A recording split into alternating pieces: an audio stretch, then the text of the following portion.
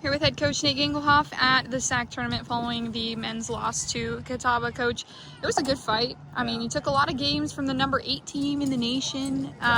Just what were your takeaways from this one? I think my biggest takeaway is, our guys had a tremendous amount of heart and fight. They weren't scared of the opponent. They weren't scared of the moment. They did their very best to, win the points that mattered, to be aggressive first, and to cheer on their teammates to see if we could pull off the upset. Give a lot of credit to Catawba. They're obviously very good for a reason. They have great players from everywhere in their singles line and doubles line. We just didn't have enough today, but we didn't back down from it. I was proud of our very young team to match that intensity, match the level in moments. Just wasn't enough today, but I'm very proud of our guys to be able to, do our very best in the moment.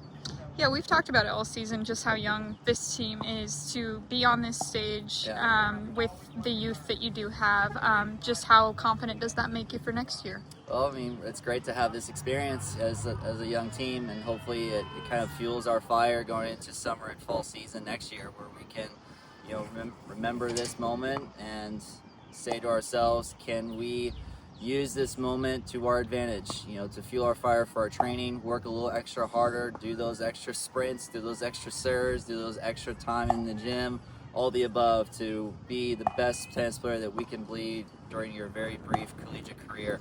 So, to have that experience with these young players and this very young team, carry into next year where we have still probably maybe one or maybe no seniors, and then the year after that where we have a ton of experience. We're going to keep building our resume and our collegiate experience, and hopefully in the years to come it will pay off big time.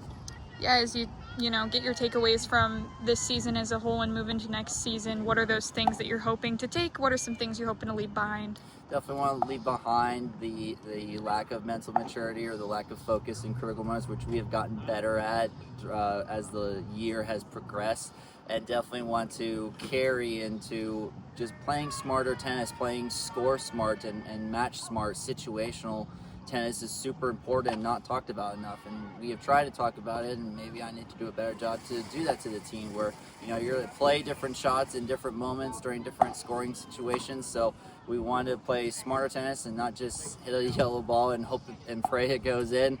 It's more about being very confident in what shots you're hitting, when you're hitting them, and why you're hitting them, and see if we can apply that in our training.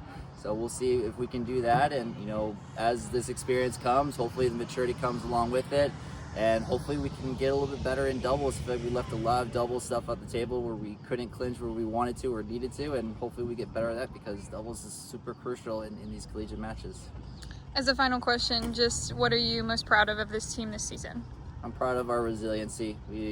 From my knowledge, and if I'm correct, we have only played 3 matches with a full healthy lineup, and being able to have that resiliency and still be here at the conference tournament of the SAC conference, it's pretty impressive for how good our conference is.